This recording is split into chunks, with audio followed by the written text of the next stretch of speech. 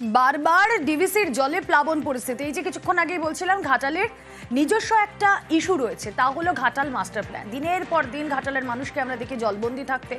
আমাদের রাজ্যের একাধিক জেলা জলবন্দি অবস্থায় থাকে, কারণ ডিভিসির জলে নাকাল হতে হয় সাধারণ মানুষকে।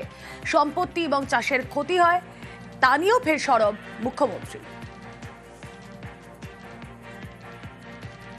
পশ্চিমবাংলাটা ঠিক নৌকার মতো, নেপালে বৃষ্টি হলে বাংলায় জল ছেড়ে দেয়, ভুটানে বৃষ্টি হলে উত্তরবঙ্গ ডুবে যায়, ডিভিসি জল ছেড়ে দিলে, মাইথন জল ছেড়ে দিলে, পাঞ্চের জল ছেড়ে দিলে অন্যান্য নদী হয়ে সেই জলগুলোতে দক্ষিণবঙ্গ ডুবে যায়। আমরা প্রায় 5 লক্ষ পুকুর কেটেছি, 500 চেকড্যাম তৈরি করেছি, আর এবারে ডিভিসি যে জল ছেড়েছে সব রেকর্ড ছাপিয়ে গেছে। তো তোমরা ড্রেজিং করছো না কেন? তো বাংলার কতটা সইবে এই অত্যাচার? আমরা সইব না। আমি 2026-এর নির্বাচনের পরে এই ডিভিসির জল আমাদের এখানে ছাড়লেই কি করে ডিভিসির জলটাকে আটকানো যায় তার প্ল্যানিং আমরা করব। আমাদের দরকার হলে কয়েকটা ড্যাম করতে হবে, ওইদিকে জল ছাড়লে আমরা আমাদের ড্যামে দিয়ে আমরাও জল অন্যদিকে পাস করবো। বলতে বলতে বলতে বলতে যখন বেড়া হয়ে গেছি তখন এবার অ্যাকশন দেওয়া রিয়াকশন, এটাই আমাদের গেম প্ল্যান।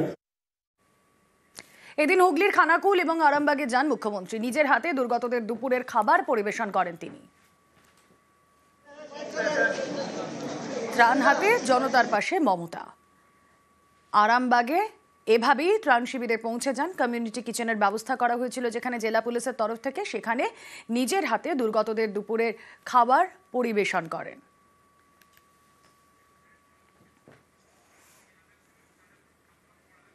না, শুধু আরামবাগের যে ছবি, একটা ছবি নয়, আরো বেশ কিছু ছবি আমরা দেখেছি যেখানে আরামবাগে জনতার মাঝে গিয়ে পাশে থাকার বার্তাও দিয়েছেন মুখ্যমন্ত্রী।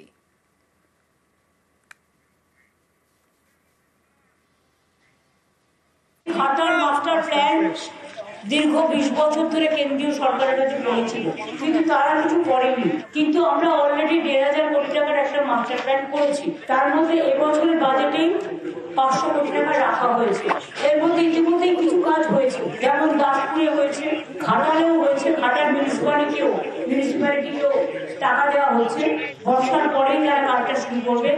একদিকে ডিভিসি ছাড়া জল, মাইথন পাঞ্চে 11 গুণ বেশি জল ছেড়েছে, আর কথাও শোনে না। ঘাটাল মাস্টার প্ল্যানের নিয়মিত তদারকি করবার জন্য ইরিগেশন মিনিস্টার, ঘাটালের এমপি এমএলএ, পশ্চিম মেদিনীপুরের ডিএমএসপিদের নিয়ে জেলা পর্যায়ে একটা মনিটরিং কমিটি তৈরি করা হয়েছে। ব্লক লেভেলেও জনপ্রতিনিধি ও অন্যান্যদের নিয়ে 6টা কমিটি তৈরি করা হয়েছে।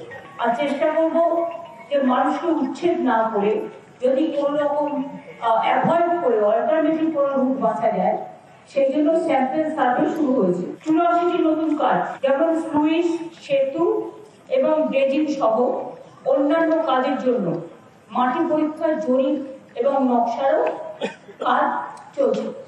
এগুলো 2025 সালের নভেম্বর মধ্যে চেষ্টা করছি, মানে বর্ষাটা না করলে তো সার্ভেগুলো হয় না।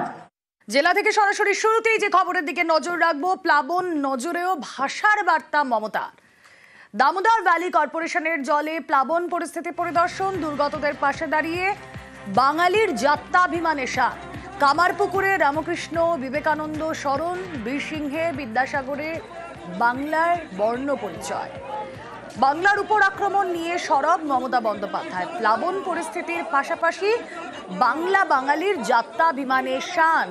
কথা বলবো, প্রতিনিধি আবির ঘোষাল রয়েছেন সঙ্গে। আবির, যে পরিস্থিতি ফি বছর হয়, প্লাবন পরিস্থিতির পরিদর্শনে মমতা বন্দ্যোপাধ্যায় যান, কিন্তু এবার প্রতি ছত্রে ছত্রে তার বক্তব্যে আমরা দেখলাম বাঙালির যাত্রাভিমান, বাঙালির অস্মিতা তা ছিল।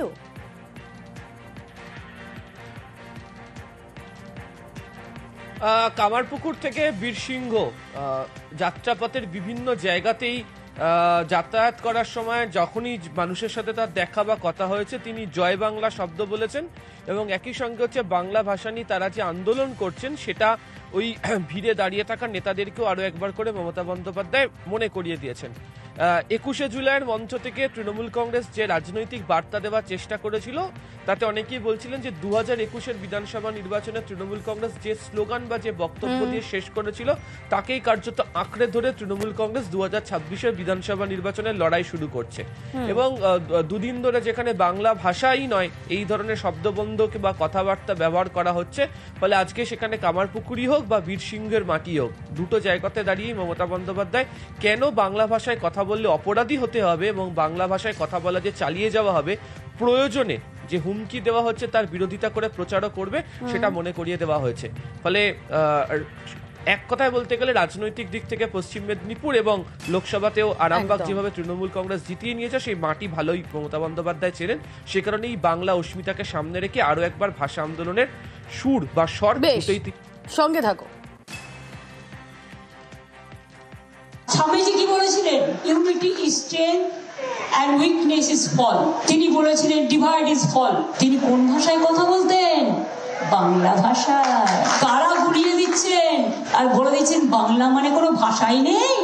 আরে বাংলা ছাড়া ভারত হয় না পৃথিবী হয়? জাতীয় সঙ্গীতের ভাষা রবীন্দ্রনাথ ঠাকুর, বন্দে মাতরম বঙ্কিমচন্দ্র চট্টোপাধ্যায়, হিন্দু পথপ্রদর্শক রামকৃষ্ণ স্বামী বিবেকানন্দ, সারদামা, সমাজ সংস্কারক ঈশ্বরচন্দ্র বিদ্যাসাগর, রাজা রামমোহন রায়। নতুন করে আমাদের শিখতে হবে না, ওখান থেকে যা শেখার আমরা শিখে নিয়েছি, আর একবার যা ব্রেনে নিয়ে নিয়েছি ওটা ড্রেনে যাবে না। আমাদের ভাষাকে নিয়ে কেউ খেলবার চেষ্টা করবেন না, অসম্মান করারও চেষ্টা করবেন না। বাংলা তো বঞ্চিত না, বাংলা হচ্ছে সচ্ছল, বাংলার সাথে সবসময় বিভক্তিশীল আচরণ। এখন বলছে বাংলা ভাষারই নাকি কোনো অস্তিত্ব নাই, বাংলা বলে কোনো ভাষা নেই। আবার বলছে টুইট করে আমি কেন বলেছি তাই আমাকে ন্যাশনাল সিকিউরিটি অ্যাক্টে অ্যারেস্ট করা উচিত। আমি যা ইচ্ছে করে যা, আমি বলবই যে বাংলা ভাষা জাতীয় নবজাগরণের জন্ম দেয়, যে বাংলা দেশকে স্বাধীন করে। আমি অন্য ভাষা বলতেই পারি, কিন্তু আমার নিজের মা বলতে শেখা ভাষা আমি মা বলতে পারবো না, এটা কখনো হয় না। এদিন আমরা দেখলাম মমতা বন্দ্যোপাধ্যায় ঘাটাল পৌঁছলেন, জল যন্ত্রণা পরিদর্শন করলেন, আর সেখান থেকেই ফের এসআইআর নিয়ে সরব হলেন মমতা বন্দ্যোপাধ্যায়। অভিযোগ এসআইআর এর নামে বাংলায় এনআরসির ষড়যন্ত্র চলছে।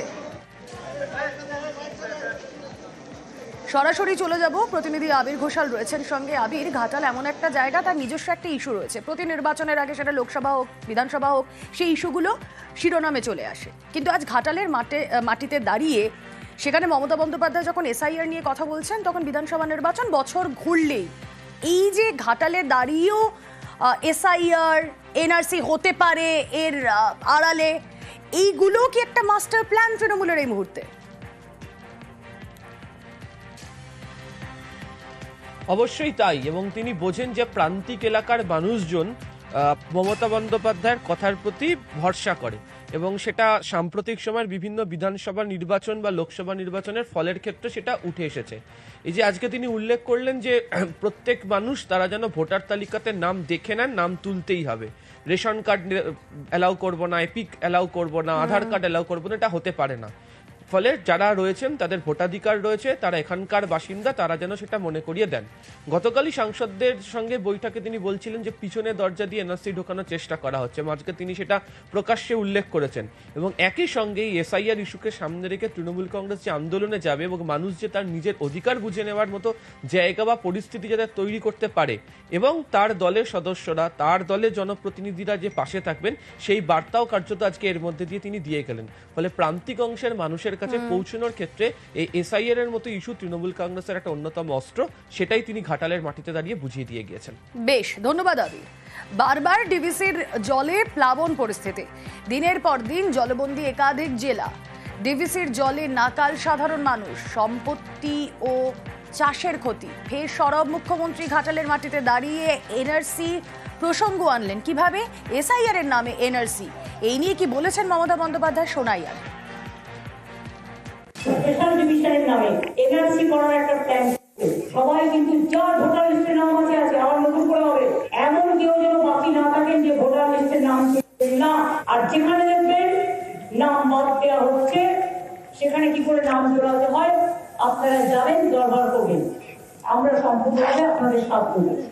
মানুষের নাম বাদ দিয়ে তাদের বাংলাদেশ পাঠিয়ে দেওয়া আর ইন্ডিয়ান লোকেদের বাংলাদেশি বলা, যাদের এপিক কার্ড কে করেছিল ইলেকশন কমিশন, তারা আজকে কেন হবে না? আধার কার্ড কে করেছিল ও government of India? Ration card হবে না, আধার কার্ড হবে না, এপিক কার্ড হবে না, তো কি হবে? 50 বছর আগে তার মা বাবা মরে গেছে, তার বার্থ সার্টিফিকেট চাই। ও তোমাদের বার্থ সার্টিফিকেট আছে তো? এটা পুরো একটা প্ল্যান্টেড গেম, প্ল্যানটা তৈরি করেছে গভর্নমেন্ট অফ ইন্ডিয়া ইলেকশন কমিশনকে সাথে রেখে। আমরা এটা মানবো না, আমরা এটা সইব না, আমরা এটা মানছি না। আসামে 7 লক্ষ হিন্দুদের নামও বাদ দিয়েছিল।